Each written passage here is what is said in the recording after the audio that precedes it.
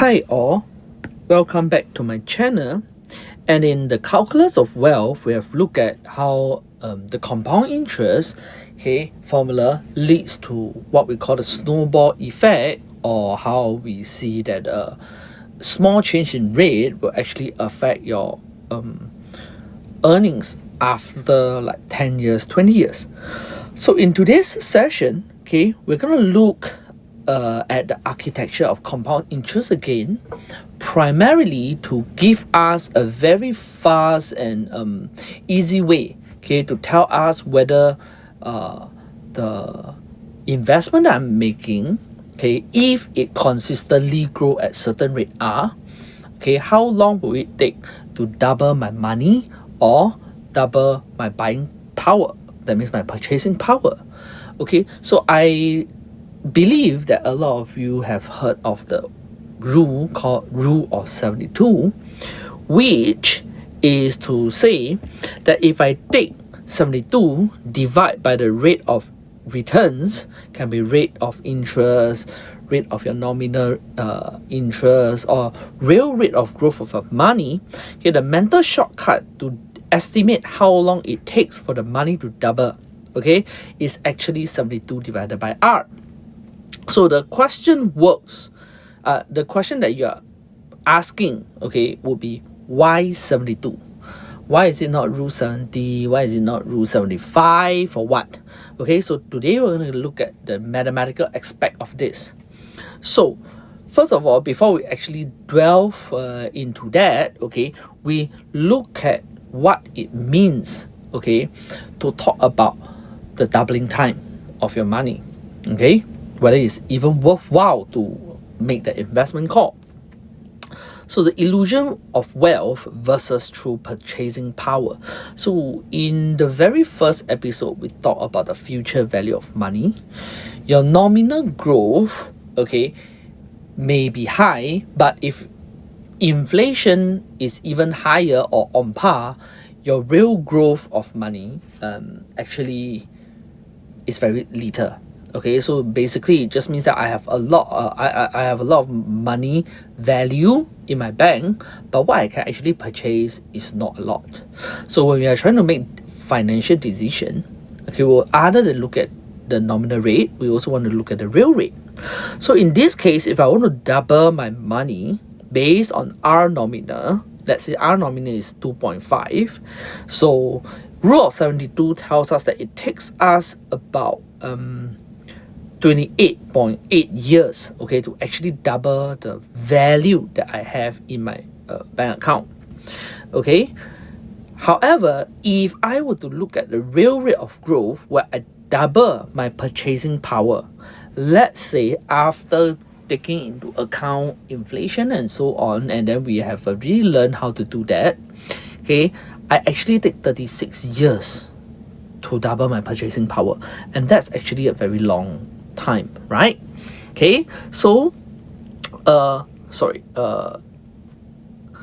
Rule of 72 is a reality check. So I'm sorry about this. Rule of 72 is a reality check, to actually tell us whether our nominal rate of growth or our rate of interest or real rate of growth is actually good enough for us to actually want to spend that time and effort to actually go and invest in it. So do I want to accumulate just the number, the value of my money, or do I want to actually accumulate the purchasing power value? So let's look at it. Why 72? Why not 70? Why not 75 and so on, as I have shared just now? So let us look at how we arrive at this 72, and then we see how we can actually extend this to tripling, quadrupling, or 5 times the money and so on. So back to my original equation of my future value of money.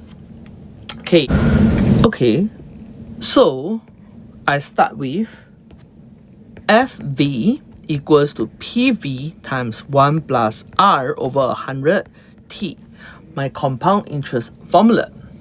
So I ask myself, when will my FV be 2 times of PV, right? So I'm going to solve for this 2 PV equals to PV times 1 plus R over 100 power T.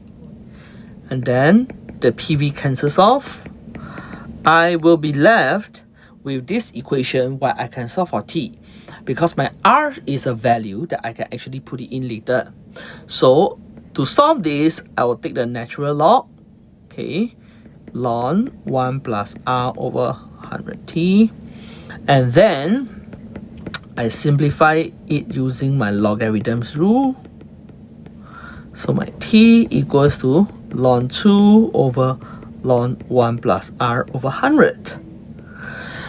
So at this point, we will actually need to look at the power series of ln 1 plus x, which is x minus x squared over 2 plus x cubed over 3 plus dot dot for x more than -1 and less than or equals to 1. So what it tells us is that ln 1 plus x, when x is small, which is considered to be close to 0, I can have that ln 1 plus x to be approximated by x when x is small.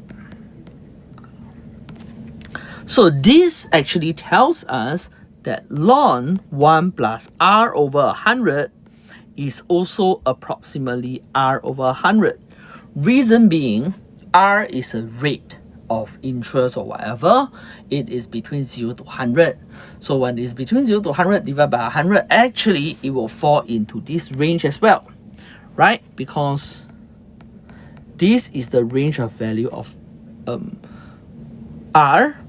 So R over 100 will be between this, and this range is inside this range, so the approximation works.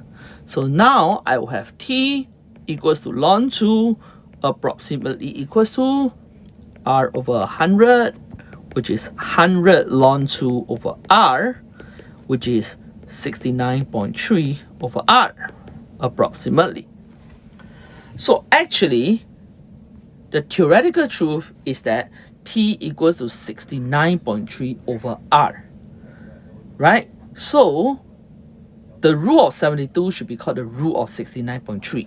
But 69.3 is not easy to actually do any sort of computation, because if I divide by 2, it's not something which my mental math can do, right? So why not I call it the rule of 68 or rule of 70?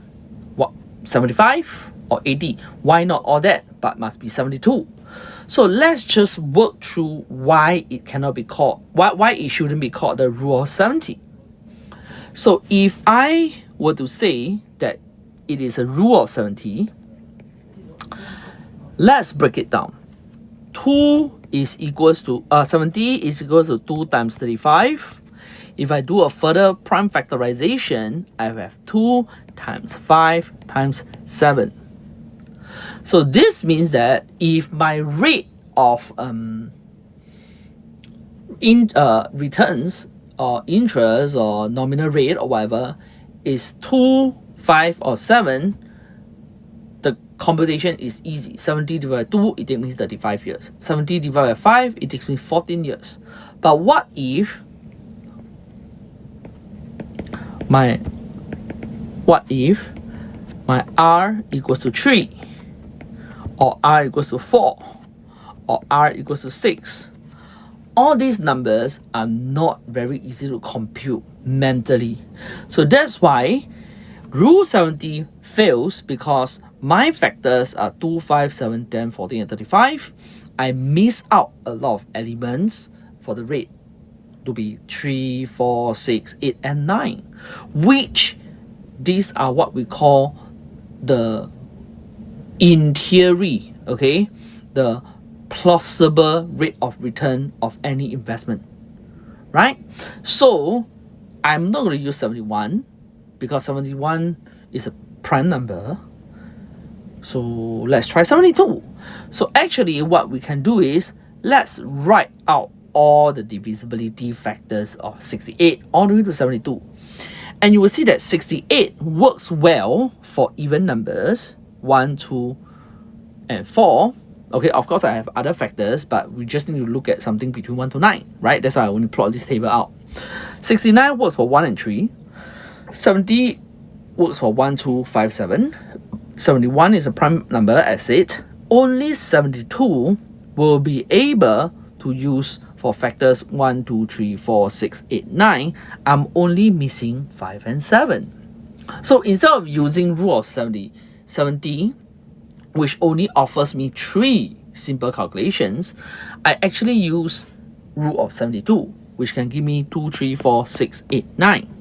And then if I need to calculate for 5 and 7, I just change it a bit, okay, to make it rule of 70 for quick mental calculations. So 72 sacrifices a tiny fraction of mathematical precision, but it allows us to have massive computational convenience. That's why we use rule of 72. So if we were to extend it a bit, how many years will it take me to triple my investment? If I want to triple, okay, using same architecture logic, we reverse engineer it to be ln 3,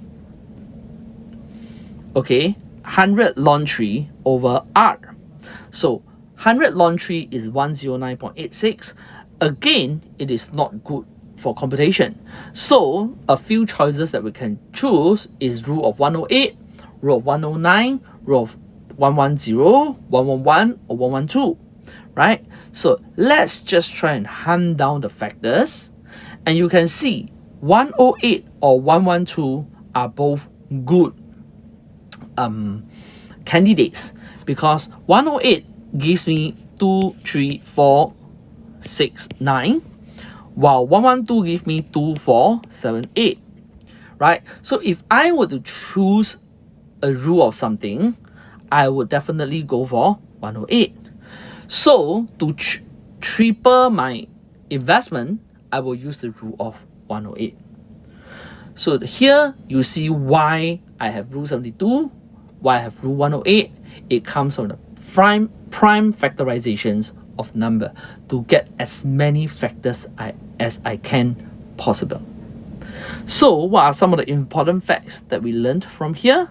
Okay, rule of 72 is just a rule to help me do simple mental calculations. Okay, but what is more important is that how this idea of prime factors is actually used in designing, okay, a rule that can help me make quick and informed decisions. So the underlying formula remains fixed, right? FV equals to PV times 1 plus R over 100 power T. You want to gain 2 times, 3 times, 4 times, or 1.5 times, 1.25 times, that's up to you. You just need to come up with your relevant rule of some numbers. Okay? And then, of course, when you're using the rule of 172, you ask yourself, do I want to grow my value nominally, or I want to grow my purchasing power? That will actually help you determine, okay, where your investment goal will be towards. So that's the end of today's sharing and lesson. I hope you learned something. Thanks for watching.